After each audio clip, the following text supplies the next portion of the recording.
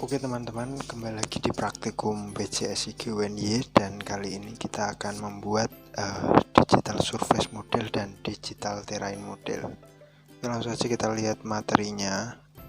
Nah, di sini kita ketahui bahwa digital surface model dan digital terrain model ini memiliki perbedaan ya sebenarnya hampir mirip, tetapi ada beberapa perbedaan yang perlu kita ketahui. Nah, kalau digital surface model ini merupakan gambar permukaan bumi yang dia menunjukkan seluruh permukaan bumi, baik itu ketinggian pohon, bangunan, semua yang ada di permukaan bumi dia tampilkan. Sedangkan di digital terrain model dia hanya menampilkan permukaan bumi saja.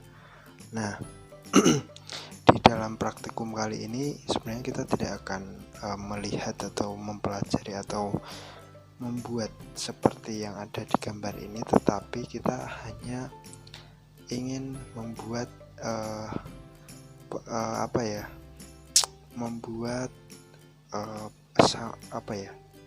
yang istilahnya itu sama dengan DSM dan DTM, yang diibaratkan dengan model yang lain gitu ya, tapi tetap prinsipnya sama. Nanti kita akan menampilkan bagaimana kondisi permukaan bumi, hanya saja teknik atau cara yang digunakan dalam membuat JTM dan DSM ini berbeda. Nah, nanti dalam kita membuat DSM ini, kita mengibaratkan DSM ini kita buat dengan tool Hillshade ya. Sedangkan yang DTM ini nanti kita akan buat dengan tool Steen. Nah, untuk kawan-kawan semua, kalau kita ingin membuat yang ini, yang real seperti ini, sebenarnya kita perlu menambahkan perangkat baru. Seperti misalnya kalau DSM itu kita perlu menginstal aplikasi baru seperti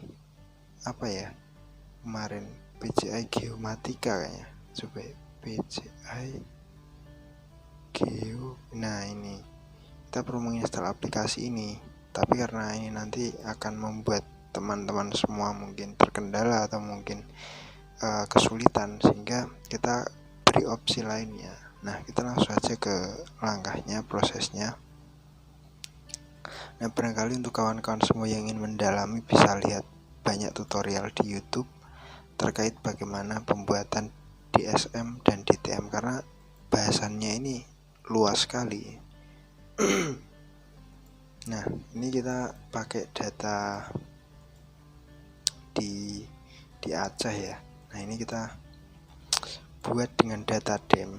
Nah, ini sudah kita atur koordinat sistemnya. Nah, jangan lupa sebelum teman-teman mengolah, pastikan koordinat sistem itu sudah sesuai dengan lokasi atau zona yang ada. Nah, ini sudah kita atur ya.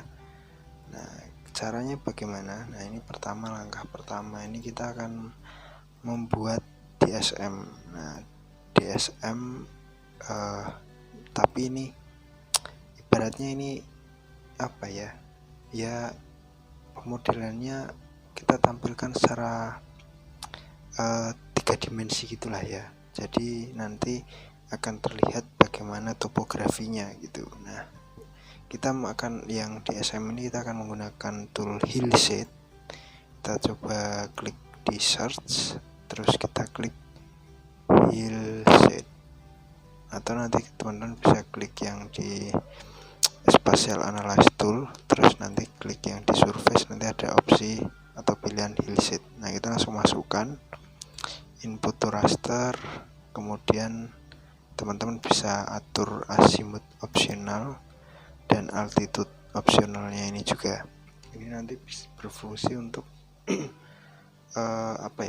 mengatur bagaimana kondisi yang akan ditampilkan seperti itu. Nah, tapi di sini kita akan buat normal saja. Kita akan simpan di foldernya di praktik praktikum SIG. Ini acara 6 ya, kemarin acara 7. Kita buat illustrate. Oke. Nah, kita tunggu. Nah, nanti yang DTM itu kita akan menggunakan tin. Nah, nanti kita akan lihat bagaimana perbedaannya. Nah, sebenarnya dalam proses tin ini sendiri, ini kita bisa buat dari data kontur, bisa kita buat juga dari data dem. Nah, kalau dari data kontur sendiri ya pasti juga harus kita ubah ke data raster, kemudian baru kita ubah ke tin. Nah, ini nanti kita langsung ubah dari data raster, ini yang dem, ini yang data raster ya, kita langsung ubah raster to tin. Tapi kita akan tunggu dulu prosesnya sampai ini berhasil. Kalau ini nanti berhasil, kita langsung lanjut ke langkah selanjutnya. Nah, kita akan bahas terlebih dahulu ya ini DTM dan DSM. Nah, banyak sebenarnya fitur atau data yang digunakan dalam menggambarkan ini. Jadi prosesnya pun cukup panjang gitu ya. Jadi dari olah data di PCI Geomatika, kemudian nanti baru setelah selesai di proses PCI Geomatika ini, baru nanti kita lanjut di ArcGIS seperti itu. Nah, DTM pun juga sama sebenarnya. Kemarin sempat saya lihat tutorialnya dalam pembuatan ini PSM dan DTM ini, itu langkahnya juga panjang gitu ya. Tuh, tapi yang kali ini kita hanya analisis bagaimana kondisi dari topografinya.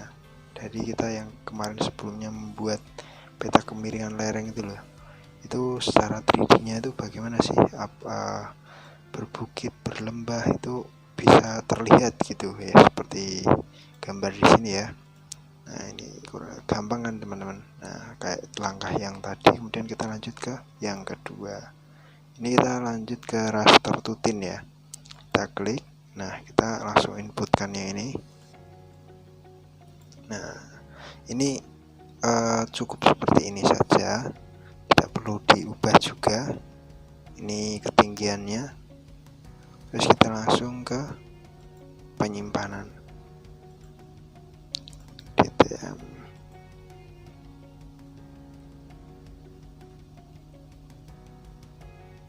Langsung oke. Nah, di sini kita tunggu prosesnya. Ini sebenarnya sederhana sekali ini nanti.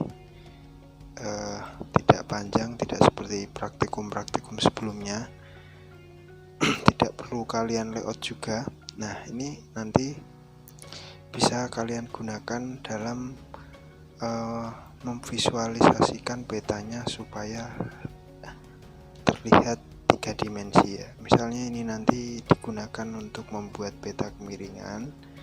Nah, data hillset ini atau yang kita ibaratkan sebagai DSM itu nanti teman-teman bisa tampalkan di SHP sebelum kemiringan, dan nanti di SHP kemiringannya teman-teman bisa ubah menjadi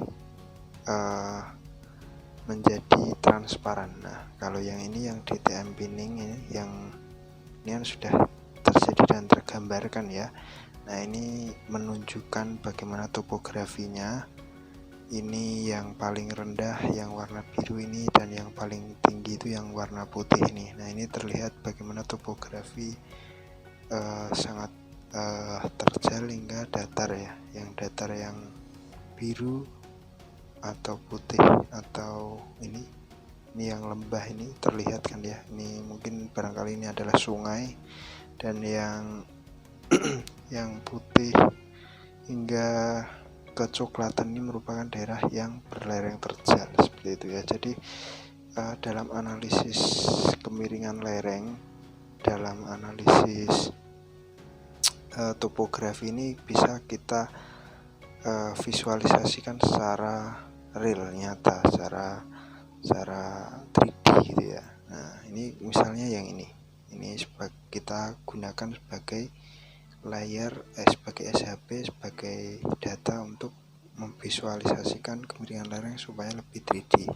Kita masukkan kemiringan lerengnya. Nah kemarin kan teman-teman sudah buat ya kemiringan lereng di lokasi yang teman-teman buat.